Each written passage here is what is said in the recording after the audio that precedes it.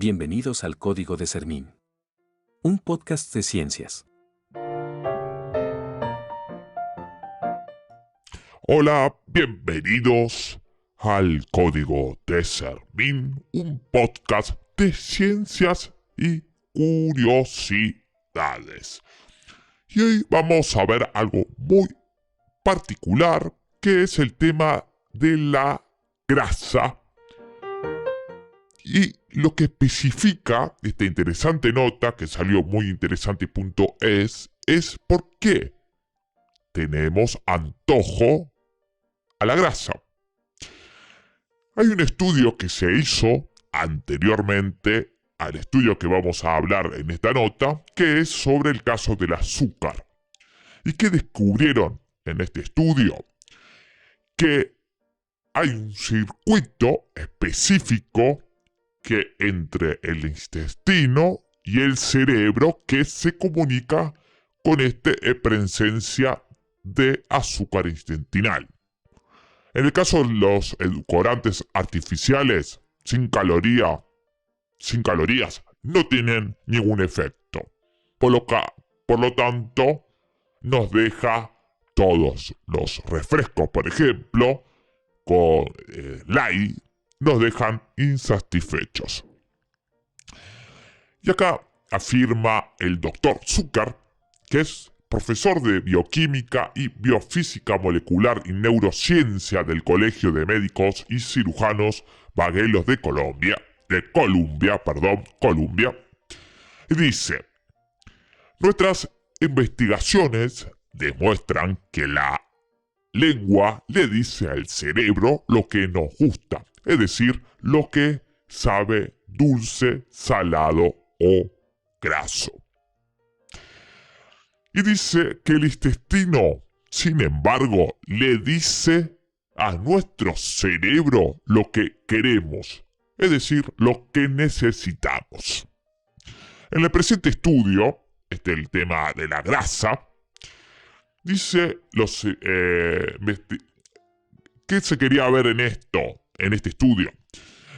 Los investigadores es ver cómo responden los ratones ante los lípidos y ácidos grasos. ¿Y qué hicieron los investigadores? Bueno, pusieron dos botellas. Una botella de agua que tenía grasa disuelta en la misma, y otra tenía una botella de agua con edulcorante, es decir, dulce, que era atractiva, pero no era grasa. ¿Qué pasó? Los ratones fueron directamente al agua que tenía la grasa, es decir, se dio lo que ellos pensaban. Pero ¿qué hicieron también los científicos? Le sacaron ese sabor a grasa para que los mismos no puedan saborearlo. Pero igual, aunque sacaron ese sabor, los ratones seguían impulsados a consumir la botella que tenía grasa, muy particular. Y los investigadores pensaron que la grasa debía activar algunos circuitos cerebrales específicos que impulsaban preferencia de los animales por la grasa. Y para encontrar estas vías de comunicación midieron la actividad cerebral de los ratones mientras ingerían grasa.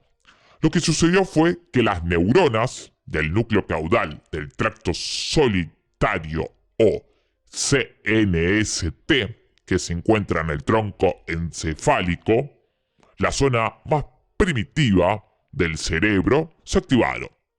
Algo que también ocurrió en el anterior estudio que hablábamos del azúcar. Entonces, las neuronas del nervio vago, que se une el intestino con el cerebro, también se movían cuando los ratones tenían grasa en sus intestinos. Entonces, ¿qué pasó? A continuación, los investigadores pusieron el foco en el intestino, más concretamente en las células endoteliales que lo recubren. Se encontraron se encontraron con dos grupos de células que enviaban señales a las neuronas del nervio vago en respuesta a la grasa. Un grupo de células funciona como sensor general de nutrientes esenciales, respondiendo no solo a las grasas, sino también a los azúcares y aminoácidos, explica Lee. El otro grupo responde solo a las grasas, ayudando potencialmente al cerebro a distinguir las grasas de otras sustancias en el intestino.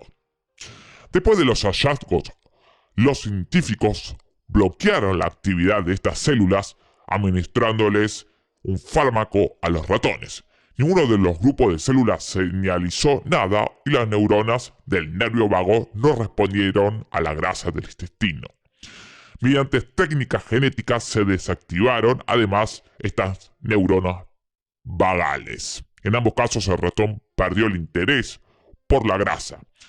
Y estos experimentos proporcionan estrategias novedosas para cambiar la respuesta del cerebro a la grasa y posiblemente comportamiento hacia la comida, dijo Lee. Muy interesante. Sabemos hoy en día que la tasa de obesidad a nivel mundial se está duplicando desde el año 1980 y el consumo excesivo de alimentos baratos como estas cadenas de comida rápida se ha aumentado bastante, que son altamente procesados y ricos en azúcar y grasa, que está teniendo un impacto muy devastador en la salud humana y específicamente entre las personas que tienen bajos ingresos, porque sabemos que comer en muchos países bien con una dieta saludable es caro. Por eso las personas de bajos ingresos van especialmente a estos tipos de comidas procesadas. Esto lo señaló el doctor Zucker. Cuanto mejor comprendamos cómo estos alimentos secuestran la maquinaria biológica subyacente al gusto y al eje intestino-cerebro, más oportunidades tendremos de intervenir. Muy interesante nota en muyinteresante.es sobre este estudio de la grasa. Y está bueno esto que descubran para evitar el consumo en el futuro de la grasa de manera... Porque hay que ver dos cuestiones. La grasa en sí no es mala. Vos tenés varios tipos de grasas y obviamente está el nivel de consumo de la grasa. Vos tenés la grasa saturada y tenés las grasas polisaturadas y monosaturadas. Las peores grasas son las saturadas, que hay un límite, obviamente, en el día, que son generalmente lo que causa el colesterol malo, que aumenta bastante y es lo que produce, por ejemplo, enfermedades cardíacas. Y después tenés la grasa buena, que ayuda al organismo, como las grasas que, por ejemplo, aportan los frutos secos, la palta, que te dan grasas saludables. Entonces, la grasa en sí, por lo general, salvo las saturadas, no son malas. Obviamente hay que consumirlo con moderación y de manera correcta, que es que obviamente tenemos que darle a estos tipos de grasas lo que el cuerpo necesita. Así que muy interesante esta noticia de este estudio que habla de la grasa, cómo se conecta cerebro-intestino. Así que muy interesante.